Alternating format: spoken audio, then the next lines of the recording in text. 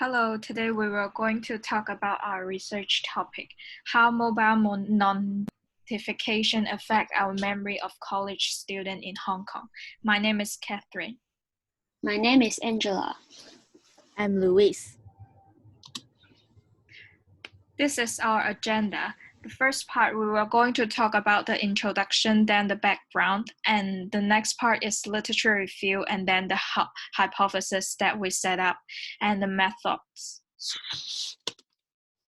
The first part is in the introduction part. First of all, I want to share about the reason that treat us to do this research of memory, message notification, and the level of social media using. In this generation, people consistently engaged in the media and it becomes a trend among early adults. Take myself as an example. I spend more than 5 hours on the social media per day. Even though I am in a lecture or library, I check my phone to see if there are notifications every now and then. As you can see, the influence of smartphone notification should not be ignored.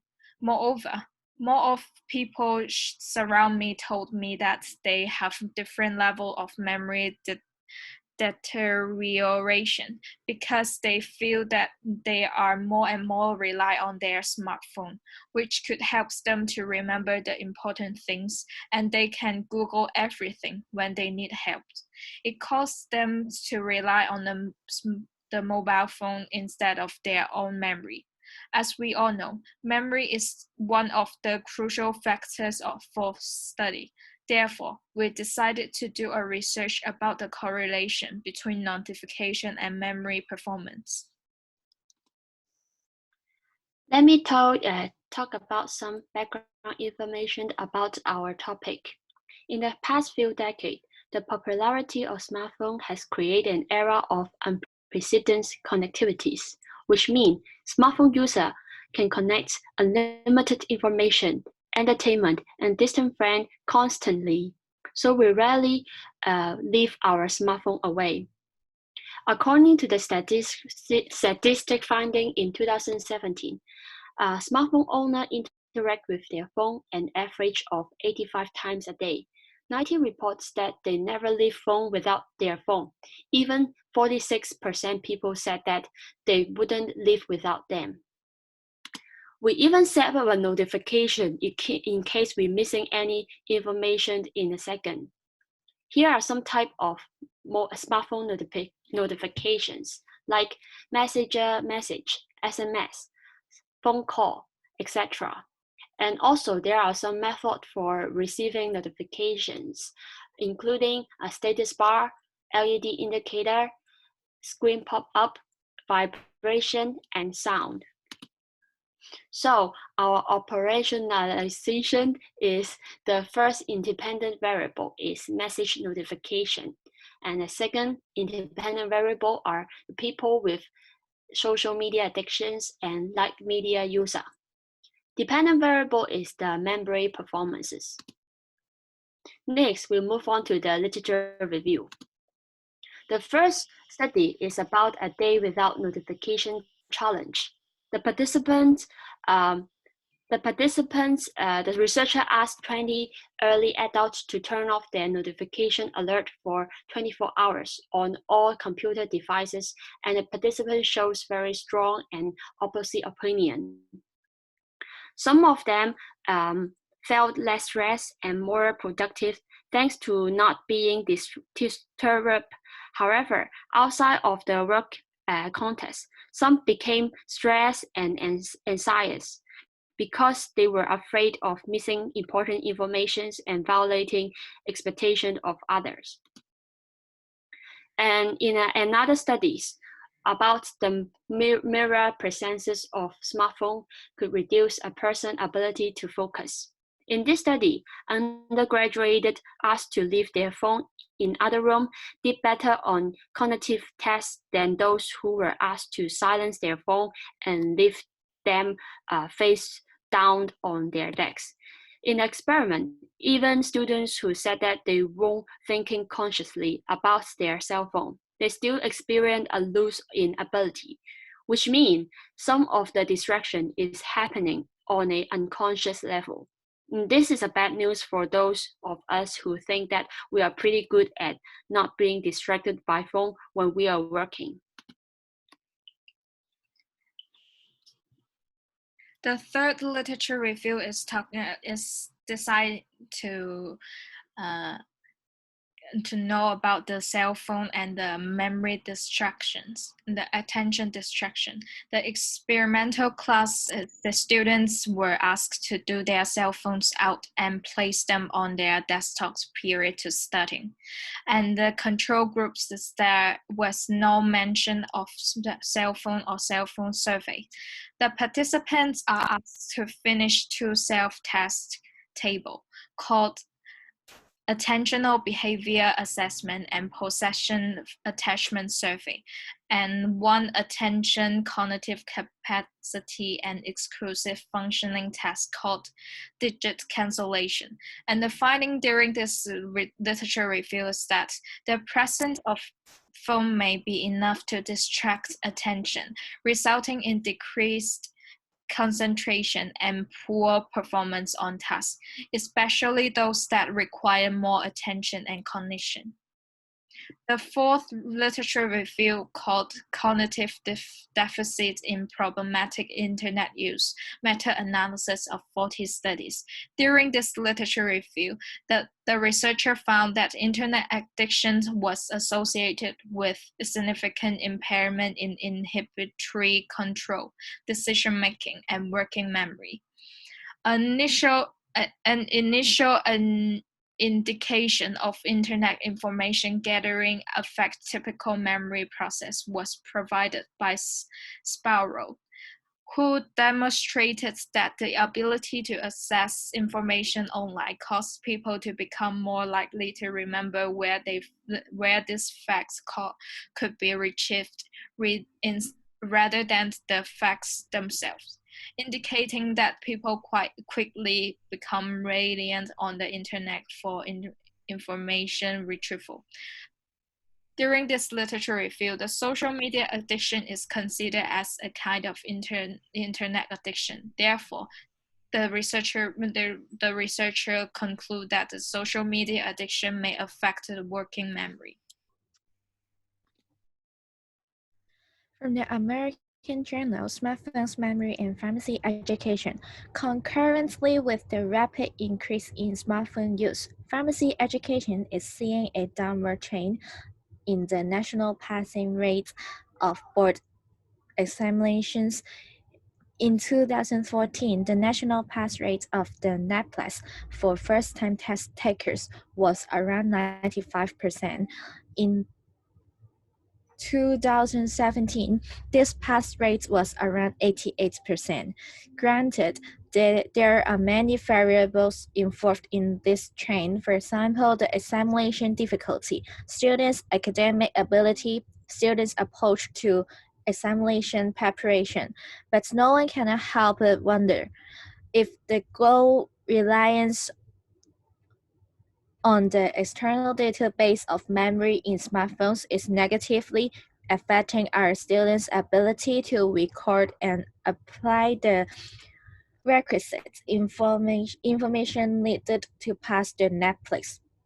However, searching just takes a few seconds, so smartphone technology is ubiquitous and ever expanding. We can easily to use our phones to find information, locations, check our health, and much more.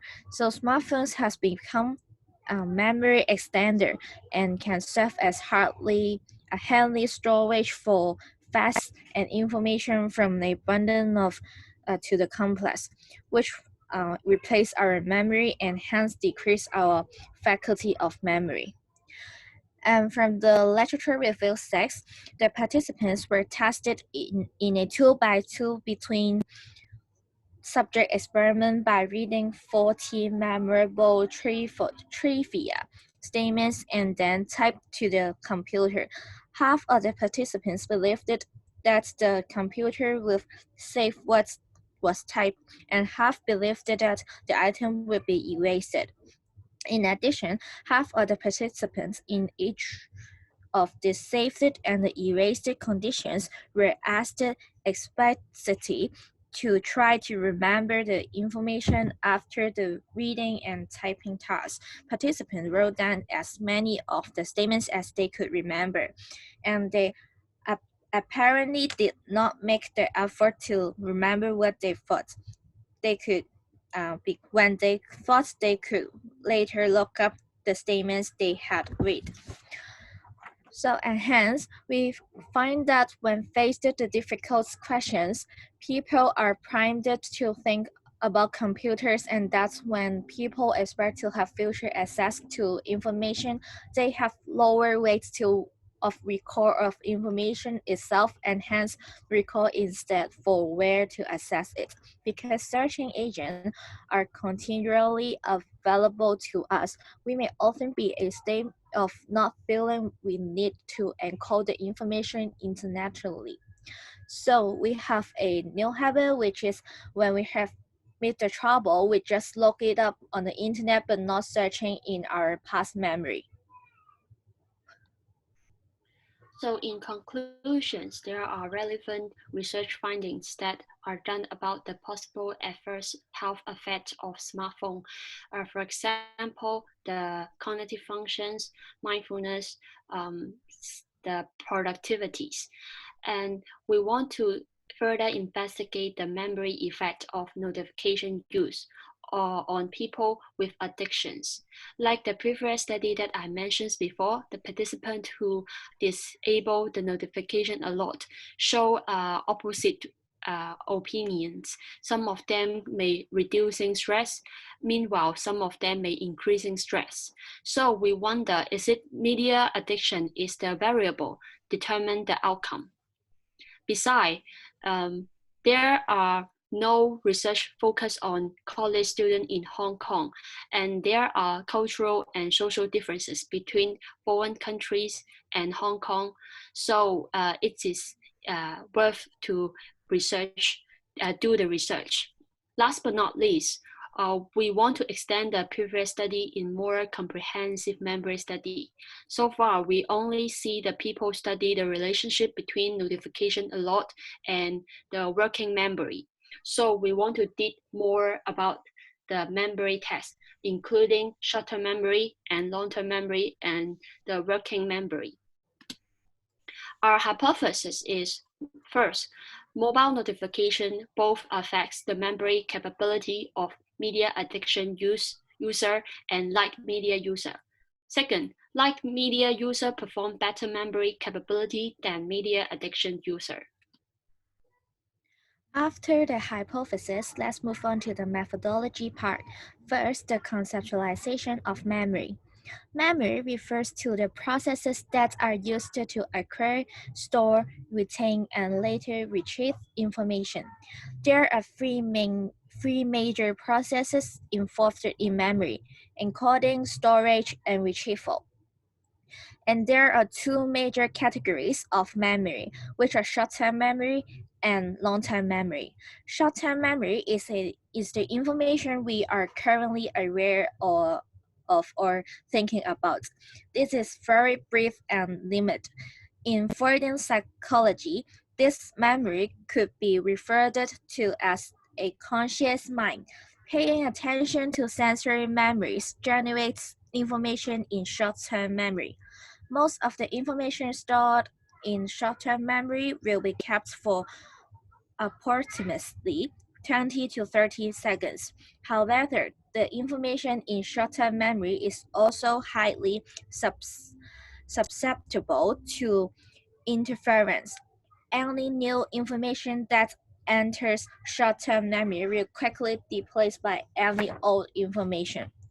Similar items in the environment can also interfere with short-term memories. While many of our short-term memories are quickly forgotten, attending to this information allows it to continue to the long-term memory. Long-term memory refers to the continuing storage of information. In Freudian psychology, long-term memory would be called the preconscious and unconscious.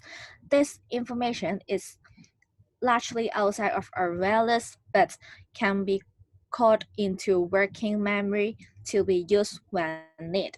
And working memory means that the process that are uses to temporarily store, organize, and manipulate information. And some of this information is fairly easy to recall, while other memories are much more difficult to access. Memories that are frequently accessed also become much stronger and easier to recall. Accessing these memories over and over again strengthens the neural networks in which the information is encoded, leading to the easier recollections of the information. On the other hand, memories that are not recorded often can sometimes weaken or even be lost or replaced by other informations. Nextly is the social media addiction. Social media addiction is considered as a kind of internet addiction. Individuals who spend too much time on social media have a desire to be notified of anything immediately, which can cause virtual tolerance, virtual communication, and virtual problems. Behaviors that foster people into these actions can be explained as social media addiction. The first scale that we want to use during our research called social media addiction scale, student form. There are two advantages for us to use these scales. The first one is this scale is more specific to our participants because this scale fits from 12 to 20 years old students, which is quite fit for our focus groups. And the second one is time-consuming problems. There are only 29 questions during these scales, and it may take not more than 3 minutes to finish. Therefore, we decided to choose this scale to help us to identify our participant as a social media addiction or light media users. To measure the memory performances of the participant, we use online memory tests. And because we lack of resources, so if we use the online memory test, we can precisely control the same time interval. And also, we can't do face-to-face experiments with our participants, so we only can use switches into the Zoom experiment. And online memory test is perfectly fit with our experiment. And last but not least, it takes less human error. So we want to use a online memory test. And it includes a short-term memory test in the right-hand side and the long-term memory test on the right-hand side. And the netback test and calculation test both calculate the working memory. So as you can see, we do not have any language capability to test our participants. So we don't worry that it affects the language acquisition will affect our result. And our experiment design, we use 2x2 within subject design. The group A is the people with media addictions, and group B is the light media user. And the first time of memory test, they have to open the mobile notifications, and the second time of memory test, they need to ask to close the mobile notifications. And next, I'm going to talk about the whole procedure of our experiment. First step, we will have introductions of our research, including the outline of our whole process, and we emphasize on all applications and keep it confidentially. And we require the participant to sign an info consent to protect their rights. And second step is we deliver the questionnaire to the participant in advance, which is the social media addiction scale that we mentioned before. Because we want to identify people with group A and group B, so we do the questionnaire in advance, then choose an equal participant number in each group. And the third step is to make experiment reservation on the Zoom, and the whole process costs around 15 minutes. And for our sampling, we use the method of quota sampling. Our target populations have three requirements. First, the participant must be Hong Kong residents, college students, and early adult, because the effect of age in the performances of the task was taken into account. And the reason for choosing quota sampling have three reasons, because the first one is we lack of resources, and it takes lower cost and very easy to implement. In order to control the external risk variable, we hope our result will not be affected by other variables, like the environmental factors. For example, noise, the brightness. So we will remind the participant to do the test in a quiet and brighter environment. Second, the frequency of notification is important too. We want to prevent the situations that maybe the participant won't receive any notification during the whole process. So we will obtain participant social media account in advance, then send each of the participants send the messages 3 times to them during the experiment, make sure everyone will receive the notification. Thirdly, the location of the smartphone is important too, because we did a literature review before. We find that the location of the smartphone would affect the performances of the participant. So we will make sure the participant put their smartphone into the same place. In conclusion, we want to find that the notification may cause a huge impact on memory, especially in the people with media addictions. So we want to see the impacts in short-term memory, long-term memory, and working memory. And media addictions may also reduce our memory capability by distractions of smartphone notification. Our ultimate goal is we want to bring benefits and provide a good references to the college students in Hong Kong. And this is our work distributions and references. And that's the end of our presentation. Thank you. Thank you.